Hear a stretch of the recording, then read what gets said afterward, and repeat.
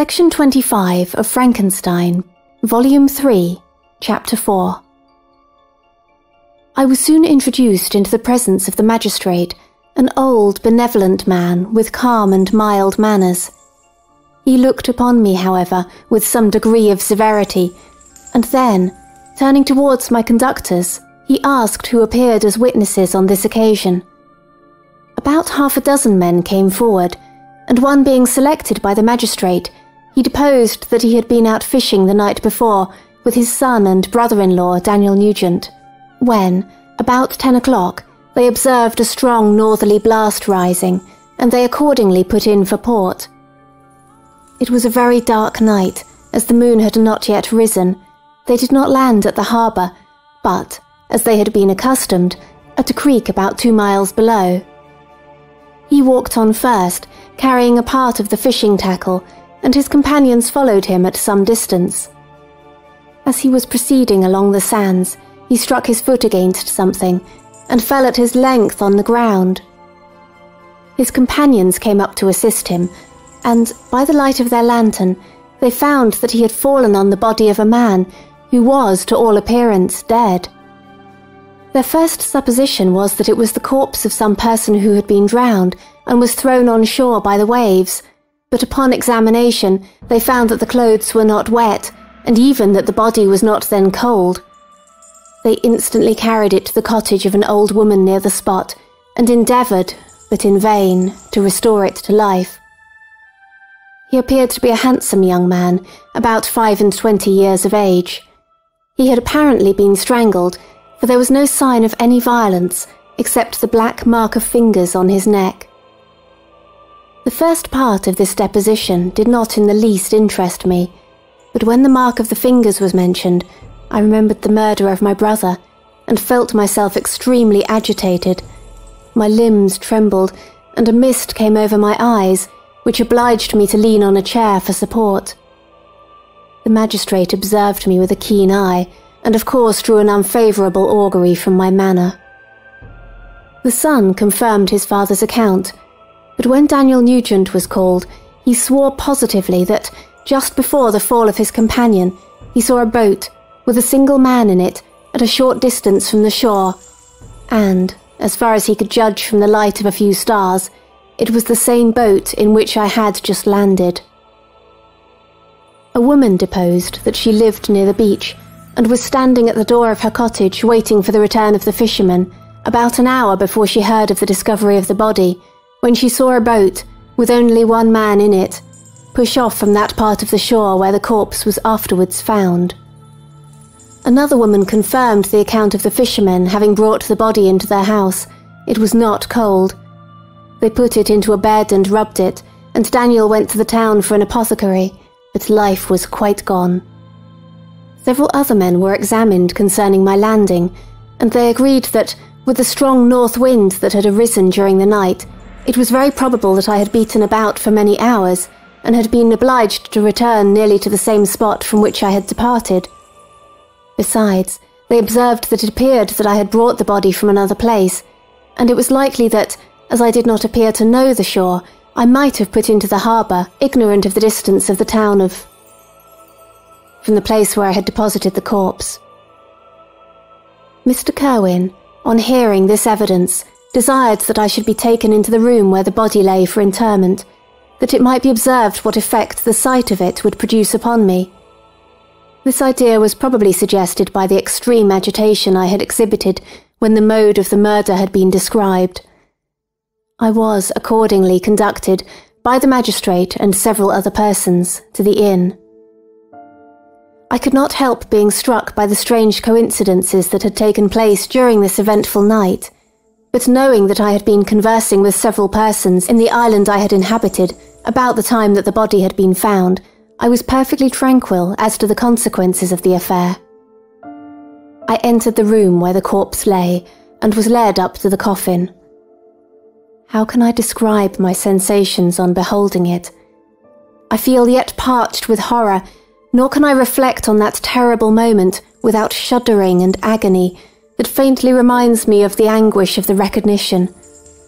The trial, the presence of the magistrate and witnesses, passed like a dream from my memory when I saw the lifeless form of Henry Clerval stretched before me. I gasped for breath, and throwing myself on the body, I exclaimed, "Have my murderous machinations deprived you also, my dearest Henry, of life?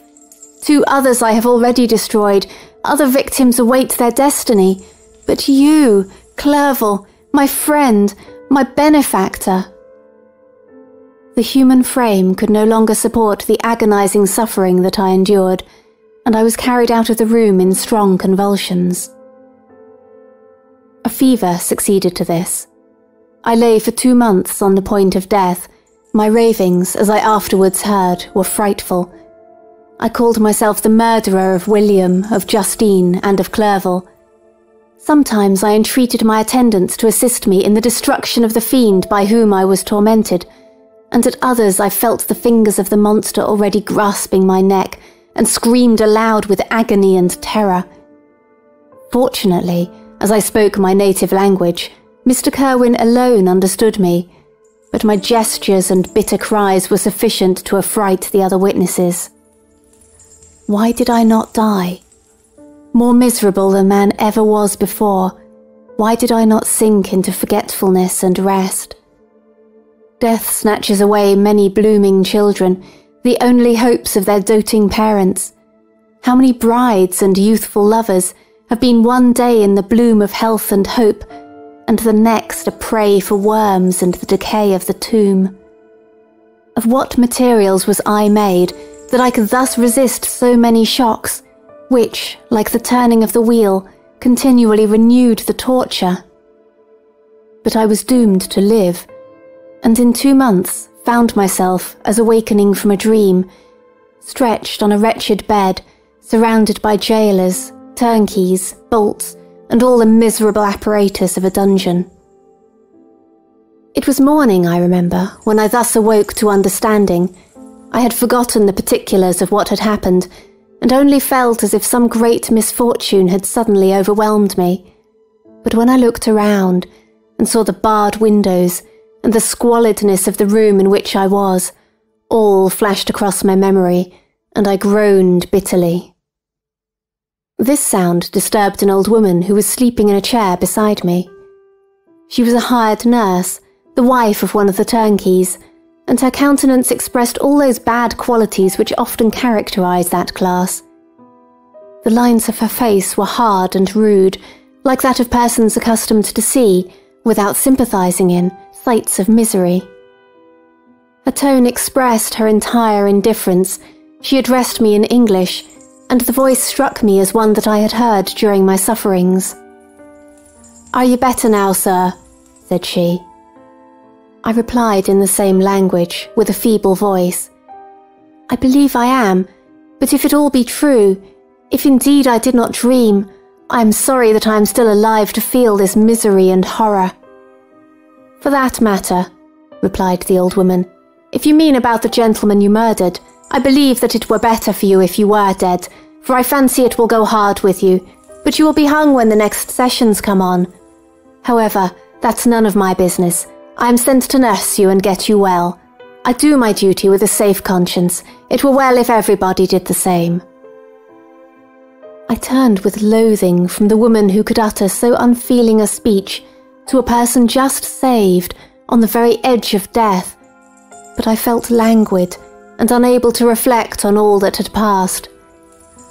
The whole series of my life appeared to me as a dream. I sometimes doubted if indeed it were all true, for it never presented itself to my mind with the force of reality. As the images that floated before me became more distinct, I grew feverish. A darkness pressed around me. No one was near me who soothed me with the gentle hand of love. No dear hand supported me. The physician came and prescribed medicines, and the old woman prepared them for me, but utter carelessness was visible in the first, and the expression of brutality was strongly marked in the visage of the second. Who could be interested in the fate of a murderer but the hangman who would gain his fee?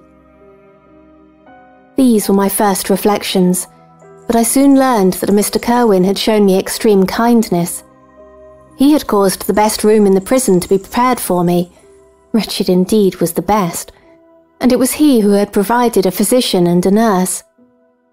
It was true he seldom came to see me, for although he ardently desired to relieve the sufferings of every human creature, he did not wish to be present at the agonies and miserable ravings of a murderer. He came, therefore, sometimes, to see that I was not neglected, but his visits were short and at long intervals. One day, when I was gradually recovering, I was seated in a chair, my eyes half open, and my cheeks livid like those in death.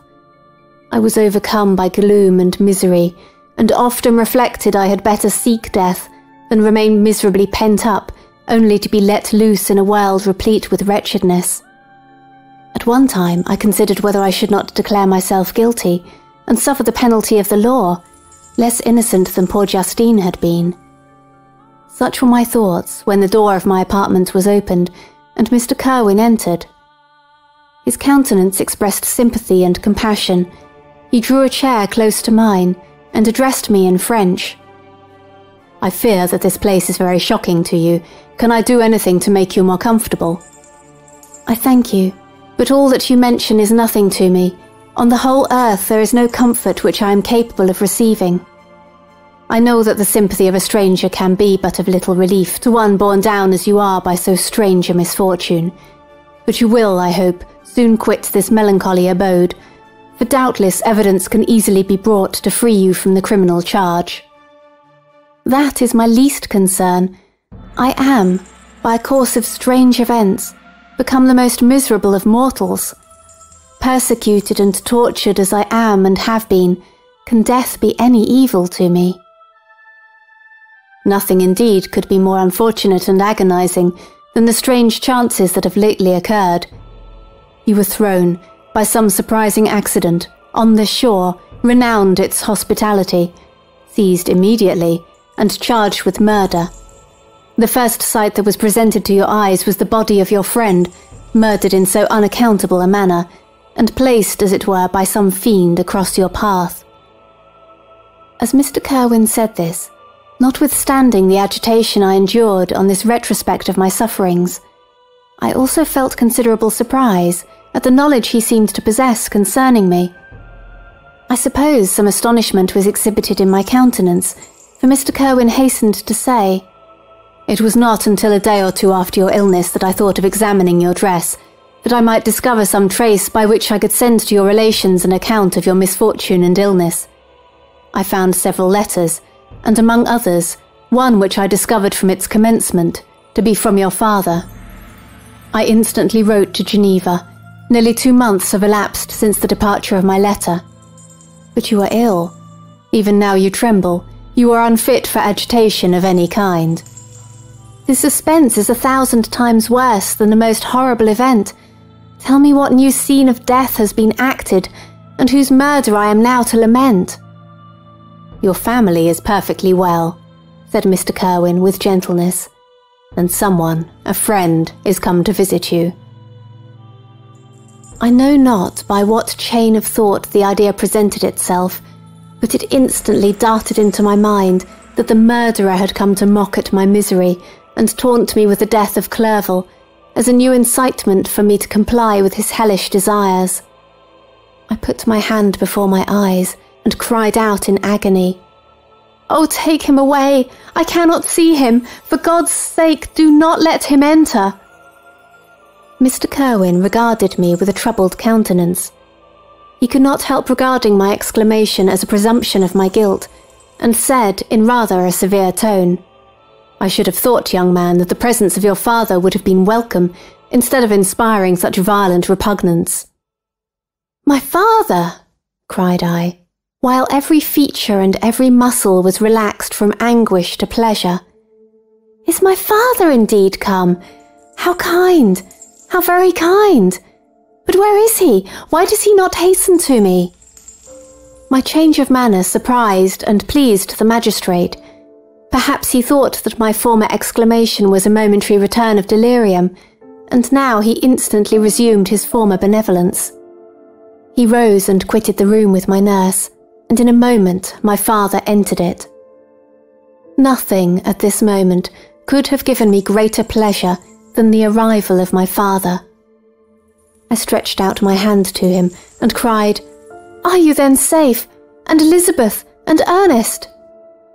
My father calmed me with assurances of their welfare, and endeavoured, by dwelling on these subjects so interesting to my heart, to raise my desponding spirits, but he soon felt that a prison cannot be the abode of cheerfulness. "What a place is this that you inhabit, my son?" said he, looking mournfully at the barred windows and wretched appearance of the room. "You travelled to seek happiness, but a fatality seems to pursue you. And poor Clerval." The name of my unfortunate and murdered friend was an agitation too great to be endured in my weak state. I shed tears. "Alas, alas, yes, my father," replied I. "Some destiny of the most horrible kind hangs over me, and I must live to fulfill it, or surely I should have died on the coffin of Henry." We were not allowed to converse for any length of time, for the precarious state of my health rendered every precaution necessary that could ensure tranquillity. Mr. Kirwin came in and insisted that my strength should not be exhausted by too much exertion. But the appearance of my father was to me like that of my good angel, and I gradually recovered my health. As my sickness quitted me, I was absorbed by a gloomy and black melancholy that nothing could dissipate. The image of Clerval was forever before me, ghastly and murdered. More than once the agitation into which these reflections threw me made my friends dread a dangerous relapse. Alas, why did they preserve so miserable and detested a life? It was surely that I might fulfill my destiny, which is now drawing to a close. Soon, oh very soon, will death extinguish these throbbings, and relieve me from the mighty weight of anguish that bears me to the dust. And in executing the award of justice, I shall also sink to rest. Then the appearance of death was distant, although the wish was ever present to my thoughts, and I often sat for hours motionless and speechless, wishing for some mighty revolution that might bury me and my destroyer in its ruins. The season of the assizes approached.